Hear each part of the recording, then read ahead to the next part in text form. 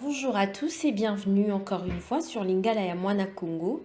Nous nous retrouvons aujourd'hui pour notre première leçon de l'année 2020. J'en profite pour vous souhaiter à tous et à toutes une très très bonne année. J'espère que vous avez passé des très belles fêtes de fin d'année. Je vous souhaite une très bonne année 2020, meilleurs vœux, beaucoup de bonheur, la bonne santé et beaucoup de réussite dans vos activités. Donc aujourd'hui, nous allons continuer ce que nous avons commencé au mois de décembre, à savoir comment poser les questions en lingala. Donc la fois précédente, nous avions vu les pronoms interrogatifs et aujourd'hui, je reviens sur les adverbes interrogatifs. Donc, sans plus tarder, on va commencer. Alors, donc on commence par l'adverbe ou qui se dit en lingala wapi pour le lingala courant. Et pas wapi, c'est généralement ce sont les vieilles personnes, pardon de dire ça, mais ce sont les personnes d'un certain âge ou les personnes qui parlent de manière assez soutenue qui emploient et pas wapi. Mais généralement de manière fluide et courante, ça se dit wapi. Alors pour les personnes qui me suivent, qui savent que les couleurs ont une très très grande importance parce que ça permet à ce que vous puissiez comprendre l'ordre des mots, vous fassiez la différence entre l'ordre des mots en français et en lingala. Donc faites bien attention au code couleur.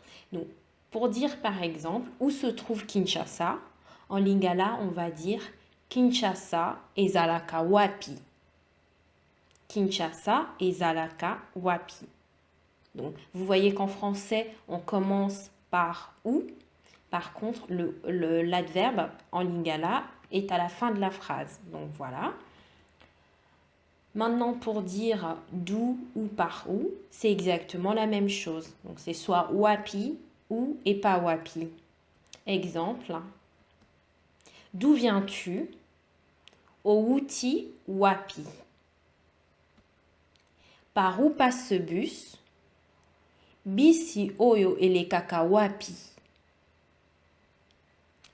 Ensuite, le pronom quand qui se dit tango nini. Exemple. Quand partons-nous au marché? Toko kende wenze tango nini. Encore une fois, en français, on commence par l'adverbe. Par contre, en lingala, l'adverbe, on le met juste à la fin. Et même si vous avez bien remarqué, l'ordre est bouleversé parce que en lingala, en français, on a l'adverbe, on a la forme verbale et ensuite on a le complément. En lingala, on a d'abord la forme verbale, ensuite on a le complément au milieu et à la fin, on a l'adverbe. Donc faites bien attention à comment on forme la phrase en lingala et en français pour chaque adverbe. Voilà. Ensuite, pour dire comment, ça se dit ndenge nini. Ndenge nini. Exemple. Comment fait-elle pour perdre du poids? Asalaka ndenge nini po akonda. Donc, encore une fois, l'ordre ici est bouleversé parce qu'en français, on a l'adverbe, on a la forme verbale et ensuite on a la suite de la phrase à la fin.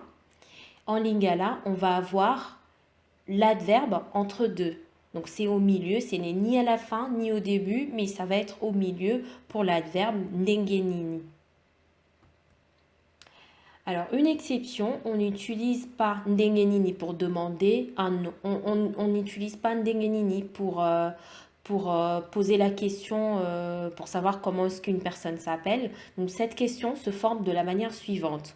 On a kombo en rouge, que je vous ai mis en rouge, qui signifie nom, plus le pronom possessif, donc si c'est ton nom ou son nom, par exemple, plus nani. Nani, je pense que ça parle à certains d'entre vous parce que nous l'avons vu lors de la leçon précédente. Nani, c'est qui. Donc, en français, généralement, ça pourrait donner en français ton nom qui. Nom ton nom qui. Donc en lingala, c'est comme ça qu'on dit. Donc kombo, c'est nom, plus le pronom possessif. Donc soit c'est son nom, ton nom, mon nom, ou etc. selon ce que vous voulez poser comme question, plus nani. Donc il faut surtout pas traduire comment tu t'appelles en utilisant ndengenini. Ndengenini ne s'emploie pas pour demander un nom. Exemple, comment t'appelles-tu? En lingala, ça va être kombo naio nani. Pour les personnes qui n'ont pas vu qui n'ont pas regardé encore la leçon sur les pronoms possessifs, je vous invite à aller regarder pour voir comment est-ce que on forme le pronom possessif en lingala. Donc voilà, pour le retenez simplement que comment se dit ndengenini pour les autres questions. Par contre, pour demander un nom, on n'utilise pas ndengenini, on utilise la forme kombo plus pronom possessif en lingala plus nani. Voilà. J'espère que vous avez compris. Si vous avez des questions, n'hésitez pas. Ensuite, donc, combien? Alors, pour former en lingala, pour dire combien, on prend l'unité, c'est-à-dire le nom, le nom de la chose dont on parle, plus boni. Alors, vous allez comprendre peut-être par un exemple, vous allez mieux comprendre par un exemple. Combien de pain avez-vous acheté? Bosombaki mapa boni. Alors, mapa, c'est pain au pluriel. Donc, pour ceux qui n'ont pas encore une fois suivi la leçon sur le pluriel des noms, vous pouvez aller regarder cette vidéo pour voir comment est-ce qu'on forme le pluriel en lingala. Donc, en lingala, pour dire combien de pain avez-vous, on a pris, combien de pain avez-vous acheté, pardon, on a donc bosombaki, c'est avez-vous acheté, plus mapa, c'est donc le nom de la chose, qu'on met au pluriel, plus boni. Bosombaki mapa boni. Combien de pain avez-vous acheté? Quelques adverbes, donc ça se forme toujours comme ça, peu importe ce que vous souhaitez dire avec combien, il faut toujours prendre le nom de la chose dont il est question, plus boni. C'est comme ça que ça se forme, c'est comme ça qu'on forme combien en lingala. Donc ça va toujours de pair avec le nom de la chose dont on parle. Donc quelques exemples des adverbes avec combien en lingala. Combien de fois se dit mbala boni? Mbala, c'est fois. Donc, combien de fois mbala boni? Combien de personnes batu boni? Combien en termes de prix, en termes de somme, en termes de montant se dit talo boni? Combien de temps se dit tango boni? Tango, c'est le temps. Et boni, c'est normalement, c'est comment. Mais dans ce cas-là, quand il y a un nom plus boni, ça veut dire combien de cette chose-là. Voilà, j'espère que j'ai été claire, excusez-moi, c'est pas simple à expliquer. Si vous avez pas bien compris, n'hésitez pas à me poser des questions, que ce soit sur Facebook ou sur Instagram ou en commentaire. Ensuite, donc, pourquoi? Pour dire pourquoi se dit ponanini? Ponanini. Ponanini, c'est pourquoi en lingala. Exemple. Pourquoi es-tu en train de pleurer? Ozali kolela ponanini. Maintenant, pour pourquoi, on peut aussi éventuellement le mettre avant, en début de phrase, c'est-à-dire qu'on peut aussi dire ponanini ozali kolela, c'est aussi correct que ozali kolela ponanini. Donc pourquoi ponanini peut se placer en début de phrase, tout comme à la fin d'une phrase. Une petite remarque, en lingala courant, on utilise aussi nini, que nous avions vu lors du cours précédent, qui veut dire quoi. On l'utilise aussi pour remplacer ponanini. Au lieu de dire ponanini, on fait tout court, on dit nini. Un exemple, pourquoi tu trembles? Ozali kolenga nini. On aurait dit aussi ozali kolenga ponanini, ça reste correct. Donc on peut dire ozali kolenga nini ou ozali kolenga ponanini. On peut dire, si on prend l'exemple le premier exemple, on peut dire ozali kolela nini ou ozali kolela ponanini. Donc les deux formes sont correctes. Donc voilà pour aujourd'hui. J'ai fini sur les adverbes. Pour ceux qui ont demandé, il y en a beaucoup d'entre vous qui m'ont demandé de mettre en place un système d'exercice pour permettre à certains d'entre vous de pouvoir s'exercer et pouvoir évaluer votre niveau en lingala selon l'avancement que vous êtes en train de suivre. Donc j'ai mis en place pour la première fois sur une plateforme un exercice, donc ce qui concerne ce qu'on a vu la fois précédente, c'est-à-dire les pronoms interrogatifs et ce que nous avons vu aujourd'hui, à savoir les adverbes interrogatifs. Donc ça concerne les deux. Alors comment faire pour résoudre l'exercice? Il faut aller sur Google, il faut avoir un compte Google, donc un compte Gmail plus couramment. Donc vous allez sur classroom.google.com. Je vous mettrai le lien de Google Classroom en barre d'infos. Vous cliquez là-dessus, vous allez vous tapez sur votre navigateur classroom.google.com. Ensuite, vous cliquez en haut à droite, il y a un plus, le signe plus, vous cliquez là-dessus et vous cliquez sur rejoindre un cours. Et là, vous allez entrer le code du cours qui est indiqué là, XXWDL4E tout en minuscule. Donc vous entrez le code du cours.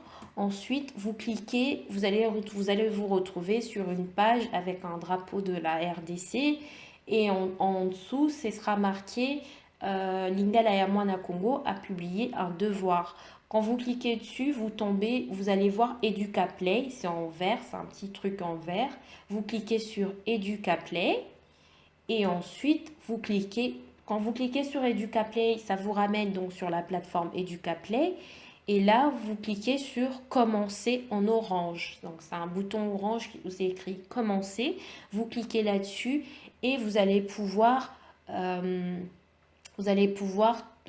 accéder à l'exercice.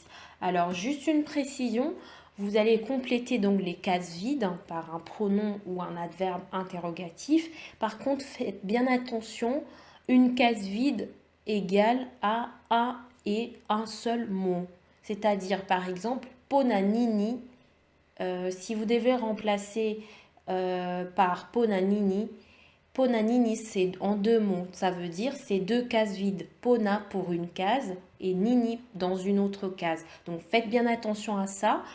Pour les personnes qui sont intéressées, n'hésitez pas à aller résoudre l'exercice. Ça vous permettrait également de savoir si vous avez oui ou non assimilé la leçon d'aujourd'hui.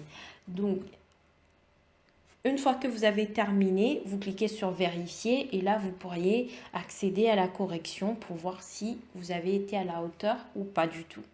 Voilà, donc voilà pour aujourd'hui, le cours est terminé. Je vous remercie d'avoir suivi. Encore une fois, je suis très touchée par vos messages. J'avoue que de temps en temps, je suis très fatiguée parce que j'étais aux études et j'ai fini mes études. Là, je viens de trouver mon premier emploi et donc j'ai commencé à travailler. C'est pas facile, mais si je trouve la force de vous faire ces vidéos, c'est par rapport à vos encouragements, par rapport à vos messages, vos commentaires. N'hésitez toujours pas à continuer, à vous abonner, à partager, à commenter, etc. Donc, je tenais juste à préciser une chose, c'est que parce que dernièrement, j'ai eu beaucoup de personnes qui s'acharnent sur moi pour dire que pour dire que je racontais n'importe quoi et que je n'étais pas congolaise et que je connais pas le Lingala. Alors, j'ai précisé, je pense, au début quand j'ai fait la première leçon, j'ai précisé que je ne suis pas professeur agréé, on va dire, du Lingala. Simplement, j'ai ressenti le besoin de partager avec les personnes qui souhaiteraient apprendre la langue, parce que c'est une belle langue. Pourquoi pas, comme on apprend l'anglais, on apprend l'allemand, l'espagnol, l'italien, etc. Pourquoi pas donner l'opportunité aux personnes qui souhaiteraient parler cette langue, cette magnifique langue, de pouvoir apprendre. Donc, je le dis tout haut, je suis congolaise d'origine et de nationalité, c'est-à-dire que je ne suis pas française. C'est vrai que j'ai un peu grandi en France, mais j'ai passé aussi une très très grande partie de ma vie à Kinshasa. Et pour les personnes qui le savent, à Kinshasa, on ne parle pas le lingala pur. Alors, ce que je partage avec vous, c'est pas du lingala pur, c'est du lingala courant qu'on parle à Kinshasa, que je parle avec mes frères et sœurs, avec mes amis, avec ma famille à Kinshasa. C'est-à-dire que c'est pas du vrai lingala. Donc, je peux me tromper sur certaines choses. Pour les personnes qui sont là à reprendre à chaque fois, ça ne se dit pas comme ça ne se fait pas comme ça. C'est très simple. Créez une chaîne YouTube et apprenez aux gens le lingala comme vous le savez. Moi, je partage ce que j'ai. De toute façon, dans la vie, je pense qu'on ne peut donner que ce qu'on a. Donc, je transmets ce que j'ai. Parce que si moi aujourd'hui je peux communiquer en lingala avec le lingala que je connais, ça voudrait dire que si je le transmets à une autre personne, cette personne, elle sera aussi capable de pouvoir échanger en lingala, même si ce lingala ne sera pas parfait. Donc voilà, le but c'est pas d'être parfait, le but c'est d'aider les gens à pouvoir s'exprimer parce que j'ai dans ma famille des métis par exemple qui ont du mal à apprendre la langue parce qu'ils ont un père ou une mère qui est française ou qui est d'autres nationalités et voilà, qui parlent peut-être lingala de temps en temps, ils ne savent pas comment apprendre leur langue. Donc moi, j'ai juste envie de partager pour pas que cette belle langue disparaisse un jour, parce que le monde actuel, on est tous pour la mixité, c'est-à-dire on peut épouser qui on veut, il n'y a pas de problème, on va faire des enfants, etc.